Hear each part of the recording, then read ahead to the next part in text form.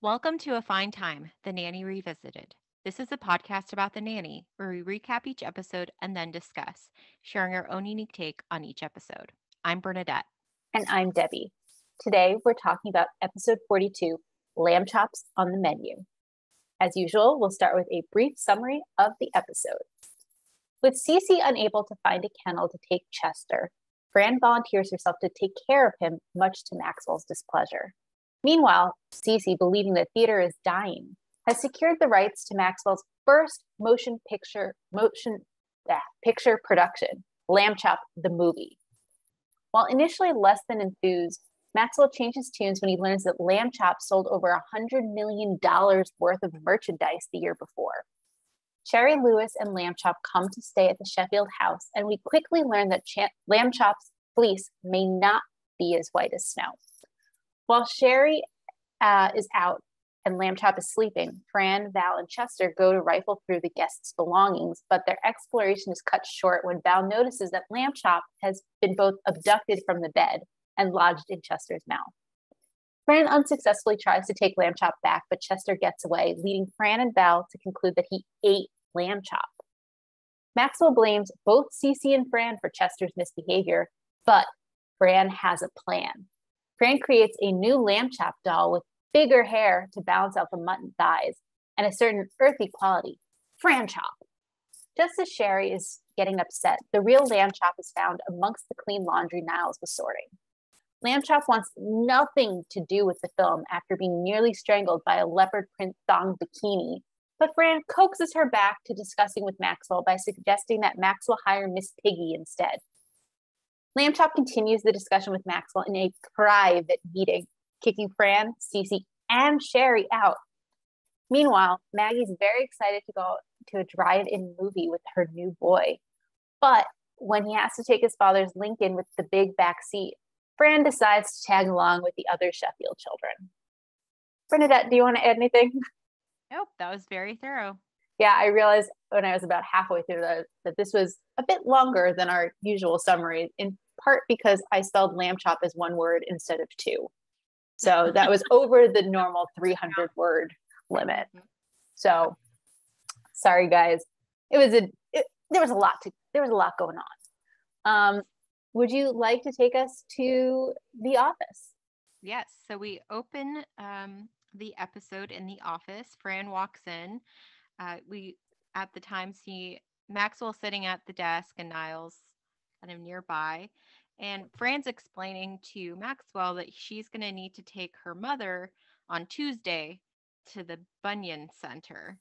And first of all, side note, this of course immediately made me think of that episode. I'm sure you're thinking of it as well, Debbie, where Fran claims that, all the Fines have great feet. Have perfect feet. Not a corn, callus, or bunion among us. Mm-hmm. Well, obviously that's not the case. Correct. Yeah. And at first, Maxwell does kind of that. We can tell as the audience he's being kind of sarcastic, but he kind of plays along, like flipping through his calendar. Oh, Tuesday. Thank goodness you told me. Oh, I got a meeting with Liza Minnelli, Donald Trump, and then obviously, he's like, okay, yeah, sure. Right. Whatever. Miss Fine Mother Bunyan Center. Yes. So Cece walks in. She's on the phone. She's trying to find a kennel because she's apparently renovating her home. Is that correct? She's redoing her floors. Yes. So Chester can't stay there, so she's calling a kennel. And of course, Niles has to have, his little digs because, he kind of mentions to her, oh, treat yourself to a hotel, implying that the kennel would be for Cece. Right. But of course, as soon as Fran overhears this, she's appalled, that Chester would have to go, into a kennel, and she's imagining it and like taking him from a warm and loving environment. Oh, wait. Right. He's not the warm and loving environment. So maybe, he's better off. But of course, Fran has another anecdote with a family member, this time with Uncle Manny and his Mm-hmm. dog. And his dog was put in a kennel. He was a German Shepherd, and he was placed with some male poodles, and he was never the same again. Um, and again, we overhear Cece talking about like how much room Chester would need to take up. And we find out that apparently Chester can fit into a wet bar fridge. And Correct. never mind how I know that. So again, Fran's appalled, and she offers that Chester stay at the Sheffield residence instead. Right. Now, at this time, Maxwell's still at his desk. Cece is in front of the desk, but facing away towards where Fran is. Fran's making the offer, and in the back, we see Maxwell like making huge gestures, like kind of like doing the cut across his neck, like stop, no. Right. And He's gesticulating vividly, wildly. he's obviously not in favor of this plan. Correct. But you know, but of course, as soon as Cece turns around, like, oh, as long as it's okay with you, he stops and plays along, and Cece's reassuring them that, oh, Chester knows how to lie down, roll over, beg, and of course, Niles makes another dig. Gee, I wonder where he learned that. Right. So again, in this first scene, we're kind of just setting up the whole idea that Chester will be coming to the Sheffield residence. Right. The only thing I want to add is that Fran's suggestion that Chester come stay with them is premised on the fact that, well, you know how much he loves me. Well, Which, yeah. Yeah, I mean, in reality, he was Fran Drescher's dog. So, of course, he loved her. So, I just find that fun. Yeah. Okay. Do you want to take us to the living room? Sure. So, I believe Maggie is very excited and she says to Fran, remember that gorgeous guy I was talking about? And Fran's like, oh, honey, that's like asking me if I remembered the time they cut up my credit card. Like, she needed more detail. So Maggie tells her, it's Jeremy Patcher, math, third period, hair like Brad Pitt. And Fran's like, yeah, okay, cool. I'm caught up. And they like sit on the steps. And as like Maggie's storytelling is totally cut off because Maxwell was walking down the stairs and he sits down with them. And like, she doesn't want to talk about a boy with her dad. And he kind of says something like, oh, sweetheart, there's nothing you can't share with your father. And Maggie just looks at Fran with like this panicked look. And it's clear they're communicating and he can't hear them because they're not speaking. And Fran jumps in with, it's a female thing. And as quickly as possible, like quicker than you can imagine, Maxwell gets up and he's like, oh, carry on. And he walks away. And Fran sort of makes this observation, which I'm curious if you think is true in your experience, but boy, if they ever ran out of starter flags at the Indy 500, all they got to do is shout, it's a female thing, and watch those men take off. I think that's right, generally speaking. Generally, yeah. Obviously, there are exceptions, but it's an interesting observation she makes. So, Maggie's solution is she thinks that this guy's going to ask her out because he asked for her phone number. So her plan is that she's going to stay home all day and wait for his call. And Fran's advice to her is it's better to play hard to get. But then at that moment, the phone rings and Fran basically tells her to like, get upstairs. That could be him.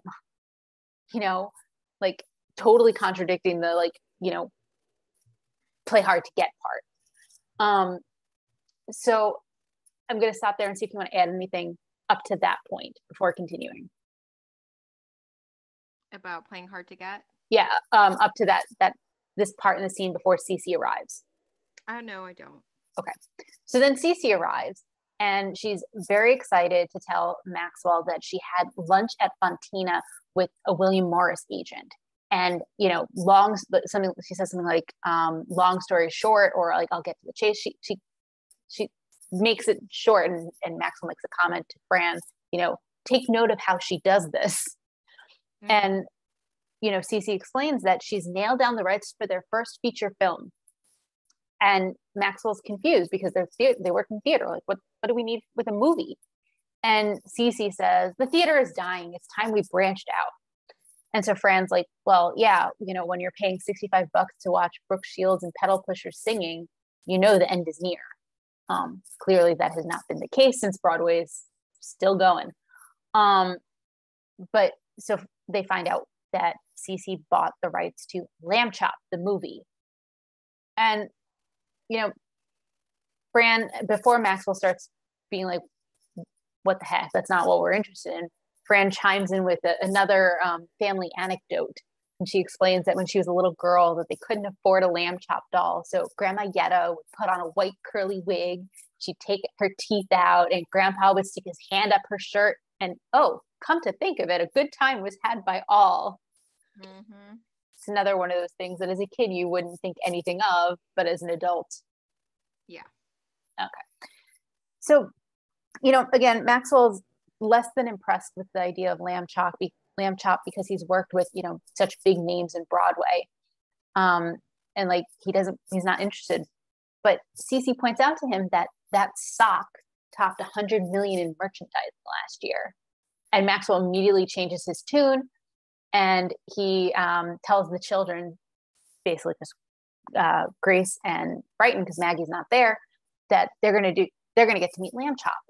And Fran tries to knock him dead with the number that killed in kindergarten, which was, if Lamb Chop had married Howdy Doody, her name would be Lamb Doody. And the two kids just kind of look at her awkwardly, and she doesn't understand why that wasn't funny anymore. Mm-hmm. Yeah. Do you want to add anything to season 2?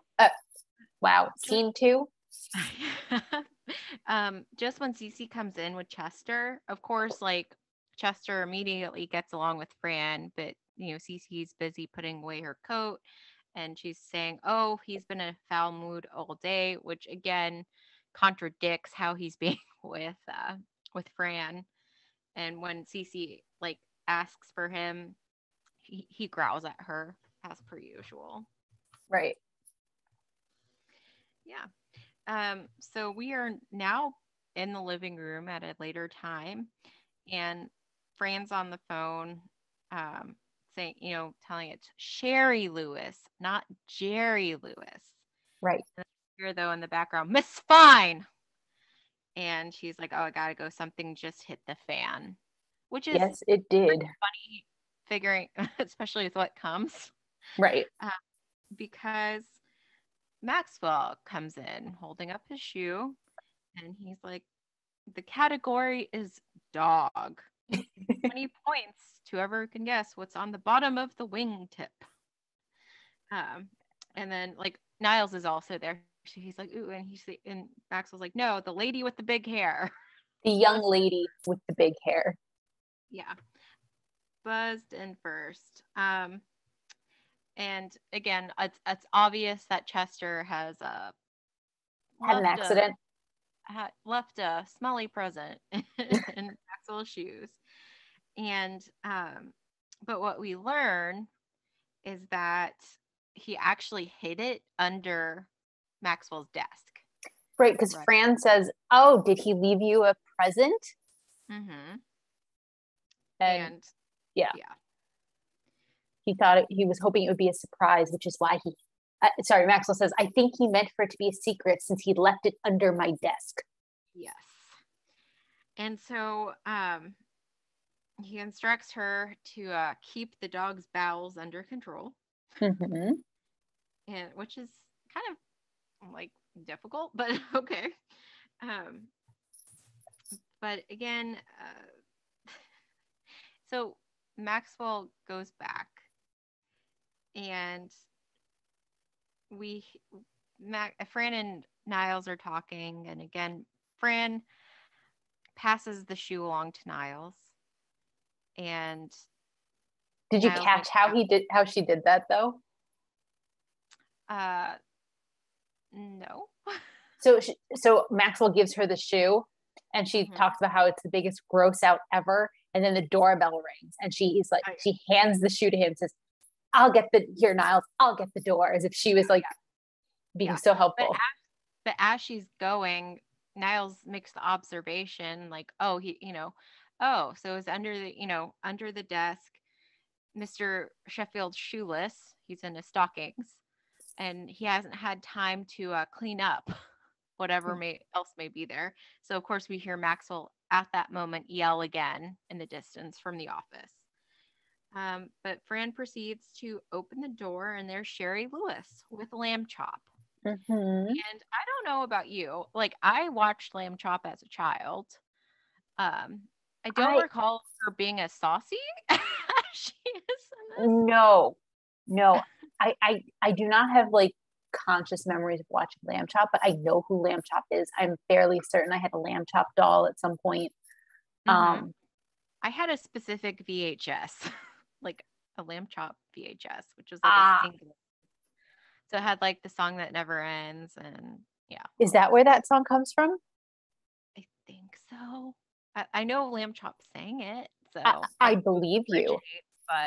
But anyway, but Fran, of course, is so excited to see Lamb Chop, and she goes up to Lamb Chop. And how the scene is kind of shot is that it's kind of a close up of Fran and Lamb Chop, so you don't really see Sherry. So it's more as if like the character of Lamb Chop is talking to Fran, like kind of more believable in a sense. And Fran's like gushing, like, "Oh, I've watched you ever since I was a little girl," and like Lamb Chop cuts her off. Unpossible. And Fran's kind of taken aback. And Lamb Chop's like, "I'm only 6." And Fran's like, no, like when I was a little girl, no, I'm only 6. And then Fran kind of catches on, and she's like, "Ah, yes, my mother counts in lamb years too." Yeah. So Maxwell comes in, he greets Sherry Lewis, but then he doesn't greet Lamb Chop. So Lamb Chop's kind of doing the thing, but Maxwell doesn't catch on at first, and Fran's like, "Don't snub the lamb." And of course, Maxwell, this is all weird to him, but he eventually kind of goes up to greet Lamb Chop, and she's like, "Enchanté, I'm sure." And then like Maxwell kind of like kisses Lamb Chop's cheek, but then immediately starts kind of like spitting out some of the fuzz. Oh, interesting. I thought he kissed her paw, like you kiss a lady's hand. Yeah. Regardless. Yes. Regardless. Spitting out some fuzz. Correct. And as he's walking away, Lamb Chop makes the observation, "Cute tush." And also, I'd follow him to school. And that's when we get the observation from Fran, "Oh, her fleece is not as white as snow." Correct. But Gracie, and I think also Brighton, but for sure Gracie's kind of further in the living room. So Sherry Lewis is introducing Lamb Chop to Gracie, and Gracie's like talking directly to Lamb Chop and is like, "Oh, what grade are you in?" And Lamb Chop says, "My grade? USDA." Yep. And so there's a couple of different like shticks with like Lamb Chop. I have in my notes, "Hello, is this thing turned on?" Yeah, so that's with Gracie. So after Lamb Chop says, "My grade is," get it. Yeah, because Gracie's like, "Huh?" And then, of course, Niles inquires if Lamb Chop would also like a drink. "Woolite on the rocks?" And then she kind of says, "I work alone." Benson. Oh, work? What? She said, "I work alone, Benson." Vincent? Benson. Okay. I'm assuming that's a reference. I believe. Honestly, it's one that I did not catch. I mean, I caught the line, but it's definitely not yet in my notes for Notable New Yorker, so I'm going to put it there now. Okay. Because I couldn't catch the last word when I was watching. So anyway, so I can't recall exactly, but Lamb Chop's kind of upset now. And so Fran tells Maxwell, "Oh, go over and pet her." And he's again like very confused, like, "What?" And Fran's like, "They all need stroking." So like Maxwell goes and like starts to kind of stroke Lamb Chop. Can I stop you there? Yes. Did you notice? Did you get a good look at Maxwell's hand when he was stroking her? I don't know what you're referring to. So okay, so no. in rewatching it, I note that you can clearly see his wedding ring is still on the ring finger on his left hand. Now that you say that, yeah. That'll be important in a later episode, but I just want to point that out. Okay. Go ahead, continue. Yeah. And like, Lamb Chop's taking great delight in this, by the way. But Cece comes in, and it's important to note that Cece is wearing a very large white coat. Yes. And in a second, we'll learn what happens, because Cece comes in, she greets Sherry, but then Lamb Chop starts screaming. Bloody murder. Sherry, and Sherry tries to like cover Lamb Chop's mouth, but she keeps screaming, and Cece's baffled. She's like, "What did I do?" And Fran points out, the coat, white, that's New Zealand lamb. Mm-hmm. She's like, yeah. And Fran points out, don't you think some of her kind may have been involved? And like, Lamb Chop like ends up fainting. She was very upset by the whole situation. And so they're like, take it off. With respect to the jacket. And Niles, of course, says 3 words she doesn't hear often. Yeah. And of course, Lamb Chop. Lamb Chop likes Niles' comment, which is interesting because before she said to him that I work alone. But Cece sees this and responds to Niles, sweet bonding with she, not the first time, to her. And he goes very dryly, bravo, you win. Pause. Every dog has her day. Right. So, of course, getting that last little dig in. Sherry mentions, oh, what a beautiful house it is. And Lamb Chop is kind of like her, like, mouthy alter ego, because Lamb Chop points out, oh, but with the hotel, you get a massage. And, and you could use a manicure. Ow, Right. And then, it's decided Sherry's going to go kind of settle in, and Lamb Chop suggestively, says to Maxwell, my room later. I'm like, does kind of a wink. And Fran says to Maxwell, better wear a rubber glove. Correct. Yes. So again, not the Lamb Chop of my childhood. No. Or if she was, she hid that very well. Yes, I was very oblivious then as a child. Do you have anything to add to that scene? I do not, no. Take us to the kitchen. So, as you said, we're in the kitchen, and it's Fran and Chester and Val.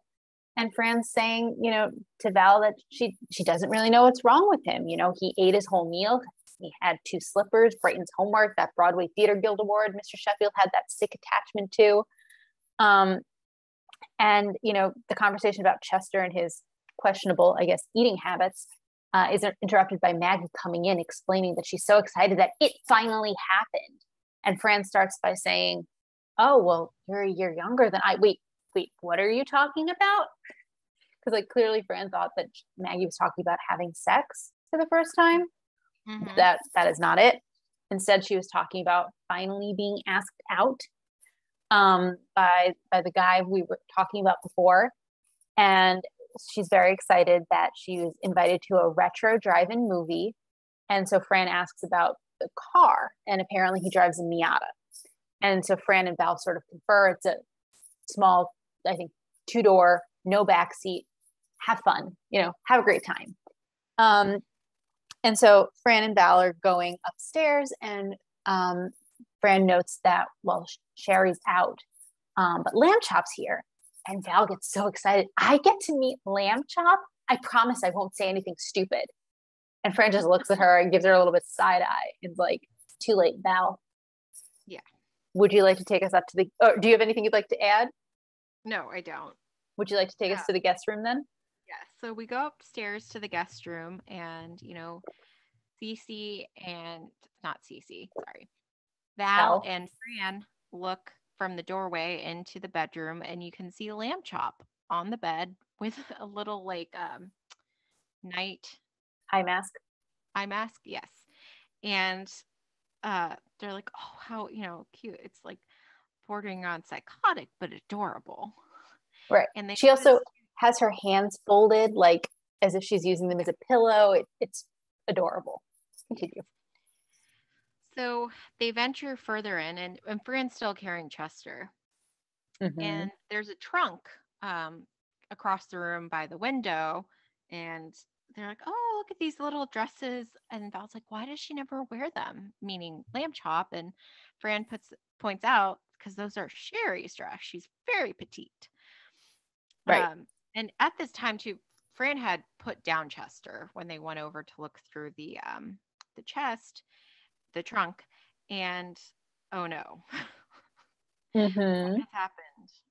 But uh, Lamb Chop's no longer on the bed, and I'll do this next little quick because it's part of it. Um, Perfect. Suddenly switch the perspective, and now the camera is showing as if we were Chester. So we see Fran and Val, and Fran's like sudden movements, and then counting down and trying to lunge at Chester. Mm-hmm.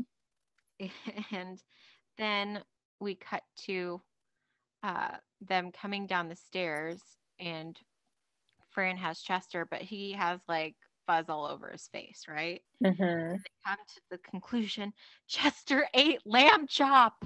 Mm-hmm. Do you have anything to add? Two things, and I'm going to do them backwards. The look on Chester's face, he looks just so pleased with himself when the camera focuses on his little face after Fran picks him up and he has, as you put it, fuzz all over his face. They actually pull a string out of his mouth, but on camera, he just looks so pleased. Like he just looks so happy with himself because he was such a good boy and he did the scene just the way he was supposed to. Mm-hmm. And the only other thing I want to mention is that when they first go into the guest room and they see Lamb Chop sleeping, Val says, shh, shh, don't wake her up. And Fran just kind of looks at her and is just like, Val, Led Zeppelin couldn't wake her up. Mm-hmm. So those are the two things I wanted to add. Mm-hmm. Was it Led Zeppelin or Metallica? I thought it was Led Zeppelin. It may. Yeah, I didn't write it down. But Otherwise, yeah, I'm missing a Metallica reference. you could be right. I didn't write it down. The point being, Lamb Chop is not alive. Shh, don't tell the children. Or Val. Do you want to take us to the kitchen? Sure. So here's one of those situations where Fran is talking to Niles and she's sort of, explaining how bad this is going to be. I suggested Chester come stay with us and I brought him up to Sherry's room so I could rifle through his stuff. Mr. Sheffield's going to find some way of blaming this all on me. And Niles he's sort of ignoring her plight. He's like, that, what the worst part is? That he's going to fire me or something. No, the worst part is he forgot the mint jelly. Mm-hmm. And so the two of them continue talking, and Fran's back is to the door that goes to the dining room, and she asks the question, do you think when Sherry finds out the lamb chop was eaten, it's going to blow the movie deal? And as she says that, who walks in? Cece. And Cece's like, what? And Fran starts to repeat herself. And then Cece's just like, and she like starts running to go tell Maxwell. And then there's this like weird slow motion race between Cece and Fran trying to get to Maxwell's office. And like the fire plays in the background. Yeah. It was just weird. But we see how differently they compete. Cece runs and she shoves Brighton, who's like holding like a chessboard or something. Fran stops before the mirror and checks her teeth. She steals Gracie's water, takes a sip, and then throws the rest as if she's running the Boston Marathon. And then she helps Brighton up. And as she's getting to the office, the door closes and she slams into it and then collapses to the ground. Mm-hmm. Would you like to take us into the office? Yeah, just one moment too is that I think doesn't Niall say head her off to Fran before she starts running after? He does. He shouts something at her. Yeah, I think he's like, head her off, like, try to get there before she does to tell Maxwell. Right. Um, and I almost thought Gracie gave it to Fran. I'd That's have what to, it looks like. yeah, kind of again, like you're saying, like if you were running a race, someone Yeah. just passes you a cup and then you take a sip, throw it behind you. And I do want to make note before we move on is that again, now we learn more of the strange configuration of this season because we Uh-huh. start in the kitchen, we go through the swinging door into the dining room, then we emerge from the way back hall up through the living room, and then through the living room through the I couldn't tell if it was double doors or just a single door, but to the hallway that is the office door. So like very clearly a different layout than season 1 where that door would have led to the kitchen instead of the hallway to the office. Yeah. So It's yeah, a magical house. it is. It just shuffles along. But now we are at the office, and as you mentioned, Fran hit the door and she slid down. So she's on her knees when Maxwell opens the office door. And Maxwell's very calm, like, oh, do you have something to tell me? And Fran says, you missed a belt loop. Yep. He doesn't say anything. And but he goes further into the office and she comes in, like, still on her knees, Mm-hmm. like, into the office. And she's telling him, like, yell and scream at me. Like, you know, this, it's freaking her out that he's not yelling and screaming. Right. Yeah. And meanwhile, Cece's trying to, again, Cece's whole point in running to Maxwell is she wants to get Fran in trouble, right? Right. And she's like, yeah, who's responsible? And then Maxwell says, your dog to Cece. Oh yeah, right. Right. Um, and again, at this point, they already feel like the film's, before their film career can even start, it's over. And Fran's like, let's not be naysayers. Um, and He ate the bloody star. what? Bloody Maxwell, star? yeah, Maxwell says, because Fran says, let's not be naysayers. And Maxwell says, he ate the bloody star. Mm-hmm. Yeah. And what's funny, there's first a little exchange, um, and Maxwell calls, I think it's Maxwell calls Chester the fur covered colon, Yep. I think. Yes.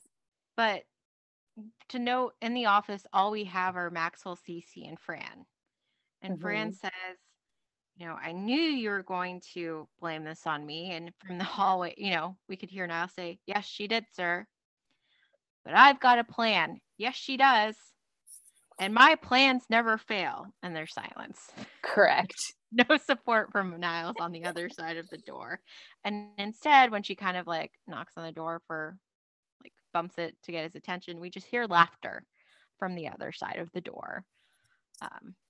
Yeah. As we've seen, her plans fail frequently. Oh, yes. Yes. But I just thought that was funny how like Niles is on the other side of the door, but like trying to back her up until that point. Right. Right. Do you have anything to add to that scene? No, it's a short scene. Can you take us to the kitchen? I'd love to. So in the kitchen, we have Fran bent over her work of art on the kitchen table, and she has Gracie and Brighton there, and she's asking them to hand her things, eyelash, hot glue, poof, As if she's a surgeon. exactly. Or some other, yeah, let's stick with surgeon. Or Frankenstein, yeah.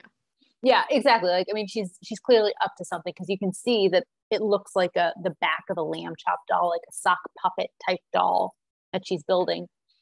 And Maxwell comes in and he says, "Oh no, oh God, are you insane?" And Fran, trying to be reassuring, tells him to trust her. And she gives the anecdote that, once I accidentally destroyed my father's toupee and I made an exact replica out of the toilet seat cover. And Brighton asks the perfect question, that looked real? And Fran's like, yeah, plus he matched the towels. Mm-hmm. Very real sounding, right? Mm-hmm. And so Niles comes in with a laundry basket and he warns, basically incoming, here comes Sherry. And Fran says, "Oh, hi, Sherry. We are just sitting around here talking to Lamb Chop. I gave her a makeover, make her hair a little higher to balance out the mutton thighs." At which point, I believe we see Fran's Frankenstein creation of Fran Chop, who has a refreshing earthy quality, and we see it looks nothing like Lamb Chop except for the like body, their arms and legs, and then the face is totally wrong. Yes. Yes. Like big hair, as Fran described, big eyelashes, big lips. Clearly not the Lamb Chop we know. Correct. And not the Lamb Chop that Sherry loved. And she wants to know what's going on. Like, what have you done with Lamb Chop? And Fran finally comes clean. She's like, the truth is, her dog ate Lamb Chop, pointing at Cece. And Cece tries to like make it all okay. Sherry, the lamb was holding you back. You're better off without her. She told me she was seeing another hand. And needless to say, that is not how Sherry feels about it. And Maxwell chimes in, like maybe Sherry would like a moment of silence for the lamb. And then he realizes he's basically referencing Silence of the Lambs, and he shuts himself up. Meanwhile, Niles had come in with that laundry basket, and he's like folding laundry, and all of a sudden he takes out this towel and like, I can't think of what the right verb is, but he basically like flourishes it to like, as if he's going to fold it. And we hear, "Look, Lamb Chop." And they turn around and there's Lamb Chop attached to the towel, kind of like spread eagle, sort of like crooked eagle. I don't know how to describe it, but like, anyway, so Brighton puts his own foot in his mouth and it's like, "Oh, look, Chester didn't eat her. He must have dropped her down the laundry chute like I used to do with Grace." Gracious me, I haven't done my homework yet. Let's go. Yeah, and hurries Gracie out as well. Correct. And Sherry's like, "Oh, thank God you're okay." And she's like, she gets Lamb Chop back on her hand, and Lamb Chop's like, "Yeah, okay, speak for yourself. I was practically strangled by a leopard thong bikini." And I was like, "Oh, sorry." And basically Lamb Chop comes to the conclusion, forget it. I want out of this deal. And Sherry tries to, caution to advise her to be cautious, let's not be hasty. And Lamb Chop comes back with, "Let's not forget who owns 52%," and spits in Sherry's eye. At which point Sherry's like, "Okay, we're out of here." And Fran, reading the room perfectly, "Well, look, if she doesn't want to do it, she doesn't want to do it." And Sherry tries to apologize, and Fran continues, "You'll have to get Miss Piggy for your project." Sherry and Lamb Chop had already left the room. They come back. "Miss Piggy?" says Lamb Chop. "That ham?" And Fran's like, "Well, honey, she's the other white meat. She's the new white meat." And so the question is, well, maybe Lamb Chop's overreacting. And so Maxwell suggests to her, "Why don't we step into my office and discuss this?" And Lamb Chop's like, "Well, there's no harm in just talking," and winks again. And then Maxwell walks out, and Lamb Chop gets Fran's attention. "How's my breath?" And breathes on Fran's nose. "It's all right. It's all right." And she's like, "Okay." So they go, and like Fran and Cece have also followed. And then we hear from Lamb Chop, "Excuse me, but this is a private meeting." And Cece and Fran are kicked back into the kitchen, followed not too long afterwards by Sherry. So, and they give each other like befuddled glance, like looks. Right. Dazed looks. Confused. Like, what the heck? Bewildered. Yeah. And then for the end credit scene, we have Maggie in the kitchen with Fran explaining to Fran, "Oh, well, the thing is, Jeremy, his car's in the shop, so he's going to need to drive his dad's car." And Fran's like, "Oh, what type?" "It's a Lincoln." "Oh, really wide seats." "And what movie are you watching?" "Legends of the Fall." "Oh, sexy movie." "Grace, Brighton, we're going to have such a fun time." time. Basically, they're going to tag along. Correct. To make sure nothing bad happens on the date. Exactly. And that's the episode. Yeah. Is there anything you want to talk about outside of our shticks, or do you want to jump right in? I'm okay with jumping right in unless you have something. No, I'm good jumping into favorite fashion. Would you like Okay. to start?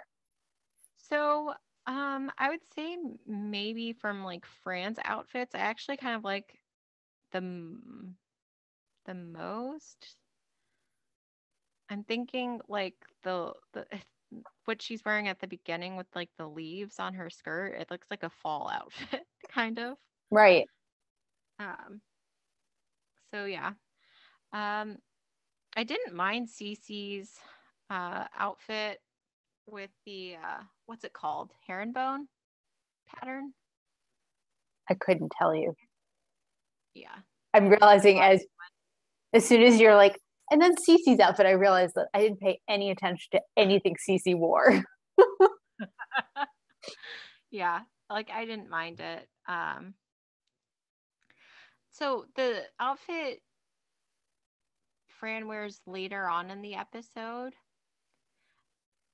it kind of but it also kind of reminds me of like workout clothes, but it's like a skirt. Oh, you mean the black, white, and red? Yes. Didn't it kind of strike you as like kind of looking like a workout outfit? I didn't think workout outfit. I thought more like uniform. Oh, Like, yeah, maybe. like for There some was reason, something like a little bit, yeah. yeah, I didn't particularly like that outfit. Yeah, that's like it could have been because she often wears like color blocked outfits, Mm-hmm. but something seemed a little off on this particular one. Yeah, to me, for some reason, that outfit screams like I want to say pilot or driver, kind of like maybe I'm channeling Or the like Indy a race car 500. driver Yeah, at the Indy 500. right. I mean, maybe that was put subliminally into my mind with the reference earlier in the episode. Mm-hmm. Yeah, I don't know. What about you? What were your thoughts? I liked a lot of what Fran wore, not the outfit we were just discussing though. Um, I also liked her fall themed skirt, which is exactly how I noted it in my notes. I also liked the rainbow sweater she wore when talking to Maggie. It has the purple sleeves and then stripes of rainbow colors down the front. It's fuzzy. It's a little short for my liking, but again, I like bright colors, so whatever. Um, I also, I think I kind of liked her psychedelic dress. Like it was this, the way I described it was like a rainbow psychedelic dress, but it sort of looked to me kind of like like if a lava lamp was a dress, because it has like this neon green and neon orange and some pink and some black, and it's kind of a swirly. I'm not sure I'd wear it, but I liked it on her. Yeah. And then the other outfit I wanted to note is actually Val's. I feel like we never talk about Val's fashion. Um, but in the scenes we see her in, she's kind of dressed the way Fran normally is dressed, in that she's wearing, a turtleneck with a dress over it. But she does the opposite color scheme to Fran. Like Fran's usually wearing like a bright colored dress and then like black turtleneck, but Val has like a neon green turtleneck with a black dress, and then it had blue on the bottom. Mm-hmm. I like that. So Yeah. I'm always like amused how we're the opposites when it comes to like color schemes. Like you like bright colors and I'm like, I like neutral, muted colors. I was talking about the nanny with someone, and they sort of made the observation that like so much of my life was influenced by the show, and like my fashion is just one of them, one of those things. Mm-hmm. I like bright color dresses. I actually have a dress that I call my Fran Fine dress because it's a bright color block dress. Mm-hmm. So Yeah. Yeah. Did you have anything else in terms of fashion? uh, I'll just note that Chester wore a cute little sweater when he ate lamb chop, but otherwise I'm done. So, notable New Yorkers, obviously from the title, Lamb Chop. She's the Correct. star of the show. And as I mentioned earlier, I did watch at least a VHS of her. I don't think I ever watched like the show, or maybe I did. So it was a long time ago.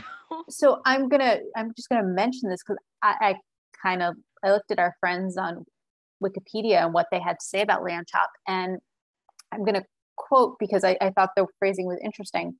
Um, lamb chop was a sock puppet anthropomorphic sheep created by puppeteer and ventriloquist Sherry Lewis, who first appeared during Lewis's guest appearance on Captain Kangaroo in March 1956, Oh and later wow. appeared on Hi Mom between the years 1957 and 1959, which was a local morning show that aired on WRCA TV in New York.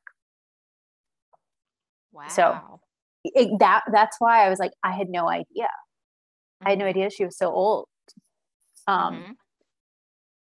So Yeah. And then obviously, as you said, Sherry Lewis is the puppeteer slash ventriloquist.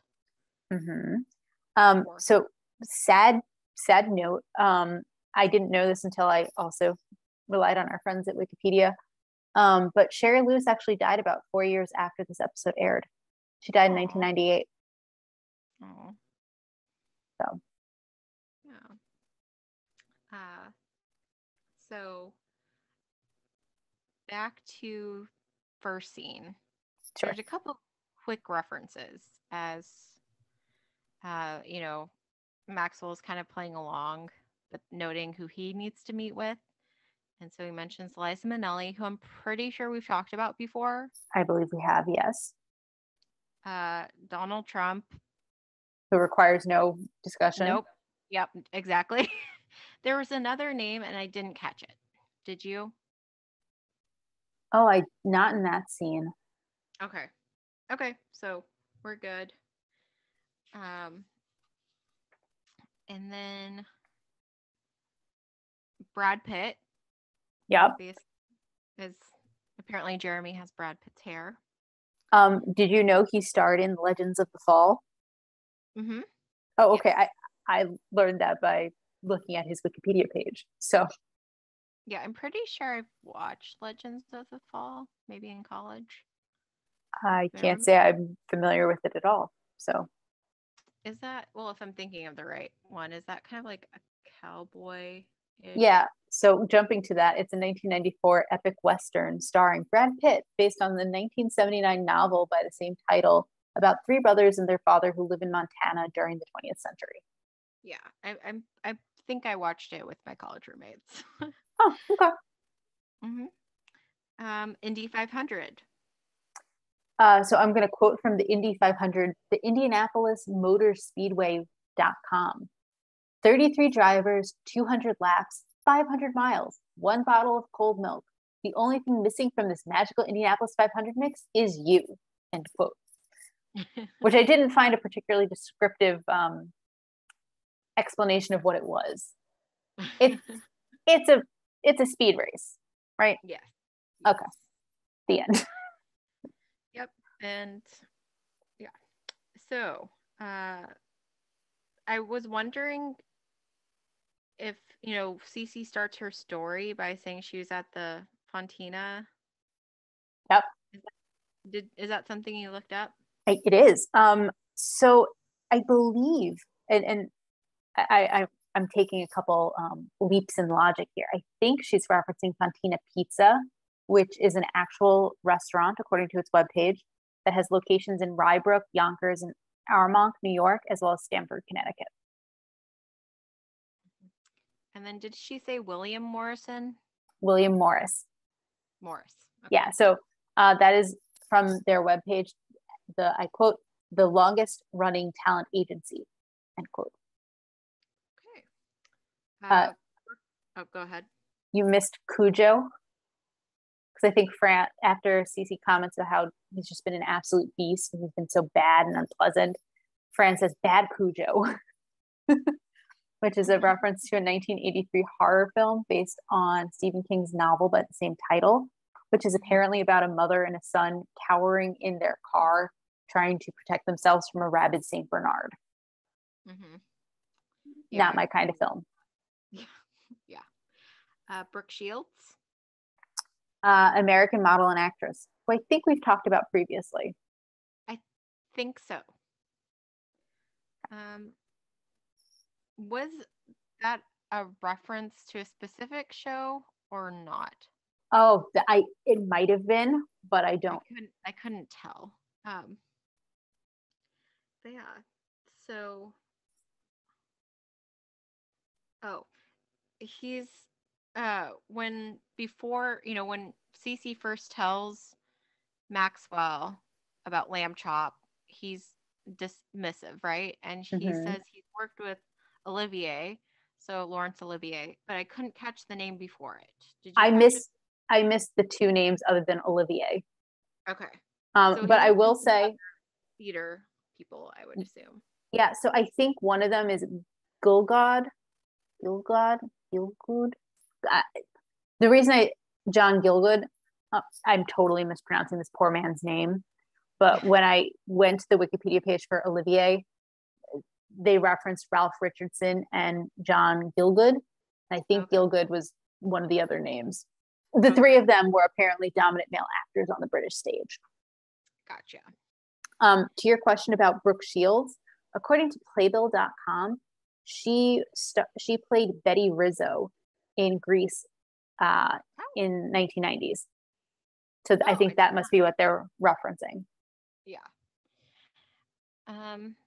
So again, the difference between Sherry Lewis and Jerry Lewis. I know I skipped over Howdy Doody. Sorry. That's okay. I did too. But I feel like we talked about him before. Maybe. According to our friends at Wikipedia, Howdy Doody was an American TV program for children that had themes regarding Western frontier and circus. It was broadcast on NBC between December 1947 and September 1960. It was considered a pioneer for children's programming. Yeah, that's according to our friends at Wikipedia. Oh. And then Jerry Lewis. Jerry Lewis, an American actor, comedian, director, humanitarian, singer, producer, and writer who is known as the King of Comedy. He served as the national chairman of the Muscular Dystrophy Association, and he hosted the Jerry Lewis Telethon for many years. Also, according to our friends at Wikipedia. Now, were you able to see if I Work Alone Benson was a reference? I was, yes. Benson was an American television show about Benson Dubois, who ran the household for Governor Eugene Gatling. It was a television series. He ran the household, so it sort of made sense to refer to Niles Benson. Mm-hmm. Okay. Let's see. Do you want to jump in? Sure. So Led Zeppelin, English rock band that formed in London back in 1968 and was known for its guitar-driven sound, as well as for being a progenitor of hard rock and heavy metal. Again, according to our friends at Wikipedia. Silence of the Lambs is a film we've talked about previously, and I'm still a little creeped out by the thought of. Yeah. And I believe that's all I have. Yeah, I'm glancing through the rest of my notes, and I'm pretty sure that, well, aside from Miss Piggy, but oh, how could we forget Miss Piggy? Yeah. Need I say more? Miss Piggy. Everybody knows Miss Piggy. According to Muppet.fandom.com, she is one of, and I quote, the central characters of the Muppet Show. She is described as being a, and I quote, force of nature who developed from a one joke running gag into a complex three-dimensional character. She's go ahead. And I quote, a prima donna pig who is absolutely convinced that she's destined for stardom and nothing is going to stand in her way, end quote. Mm-hmm. And what's funny is just like literally the other day, I was reading something online that had to do with Miss Piggy and how often it is that people forget that Miss Piggy is not real. Like they forget about the puppeteer, right? And it's Miss Piggy. Um, and then so for that to kind of translate to this episode with Lamb Chop as well. Like I said, Val continues to make those comments about not waking up Lamb Chop, not Interesting. saying anything stupid. I just thought that was interesting that I just so happened to read something the other day about that kind of phenomena. Hmm. I mean, isn't that sort of the idea of Muppets or puppets or ventriloquist dummies? Like, aren't you sort of supposed to forget the puppet master? Yeah. Yeah. But it's just interesting because then you see those pictures where you include the puppeteer and you're like, oh. Hmm. So, so yeah. Cool. Did I I didn't see any, but did you note any Yiddishakop in this episode? The only thing I'll mention, two things. One, to Fran's comment about Miss Piggy being the new white meat. Pig is not kosher. Mm-hmm. Pigs are not kosher. They're not a kosher land mammal. But lamb is. Mm-hmm. So So that's you'd all I'll be fine mention. if lamb chop was on the menu.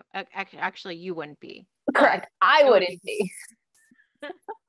Although I think I'd prefer if people ate lamb chop to actual lamb chops. So lamb chop, you know, the puppet. proper nouns, proper noun would be fine for dinner. Probably lacking fiber and a lot of taste. But yeah, not actual lambs. So 90s nostalgia. Oh, First cars. off, oh, what? Oh, Sorry. yes, of course.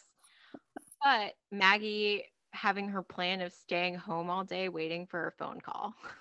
Yes, absolutely.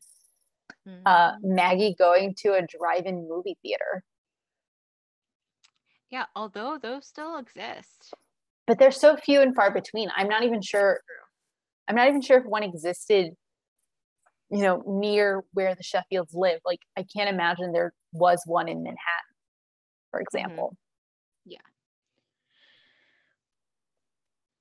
But yeah, other than that, was there anything else that really jumped out at you? No, not really. No. Yeah, I agree. I think those are the big ones. Shall, Um, shall we jump to future fun? yes. Okay, so first off, notice how Maggie was super excited about this Jeremy guy. Mm-hmm. Next week, she has a new boyfriend. His name is Peter, and they will be celebrating their 8-week anniversary. What? Just saying. If I would have known from episode 1, it would have been kind of interesting to try to keep track of all the boys.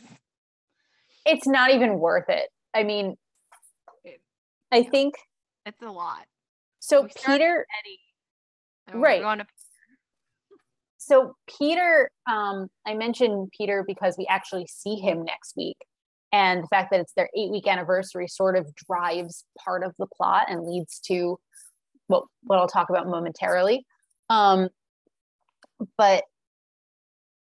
that's next week, and then 1, 2, 3, 2 weeks later. Sorry, I'm like counting to make sure I'm getting the right episode.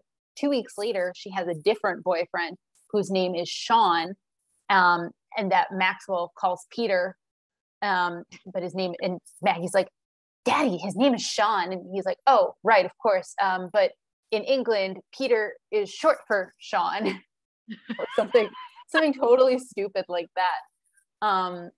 So yeah, so don't get attached to any of her boyfriends. When we get to one who's gonna stick, I'll let you know. But you have like 3 seasons, 3+ seasons until then. So yeah. So I have 2 other small things. One is that in a later episode, we're going to see another race to Maxwell's office to impart information to him. That's actually in the episode where Sean/Peter is there. That's episode A Kiss is Just a Kiss, I believe, where it's Cece and Niles running to Maxwell to impart information. Um, and then the last thing I want to comment on is that next week's episode features the longest laugh in the entire series. So I look forward to discussing it next week. It is going to be delightful. Yeah, I'm intrigued to see what it's concerning. Oh, I cannot wait to hear your thoughts. So I believe it's time to then rate the episode. Yes. It is my turn to go first. Oh, excellent. I love it when it's your turn. I think I'll just give it a 4. It was fine. It wasn't my favorite though. Again, Lamb Chop was a bit sassier than I remembered as a child. Fair. Yeah, I'll just give it a 4. How about you? I'm also going to give it a 4. For pretty much the same reasons other than the lamb chop part, because I actually kind of like lamb chop being saucy. Yeah, fine. It was just sometimes a bit much. It was a bit much, but I think that's why I thought it was funny.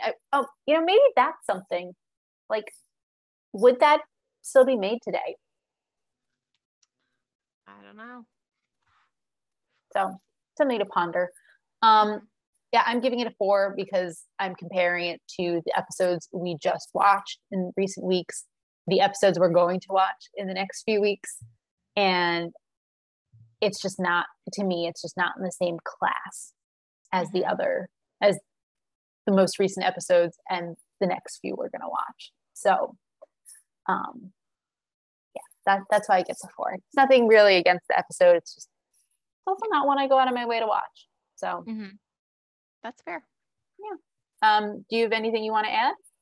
I don't believe so. All right. Well, that's all we have for you today. We hope you had a fine time with us as we revisited The Nanny. Join us next week when we'll be discussing episode 43, Close Shave. If you would like to reach us on social media, you can find us on Twitter at Nanny Revisited. You can also send us email at afinetimenannyrevisited@gmail.com. Have a great week.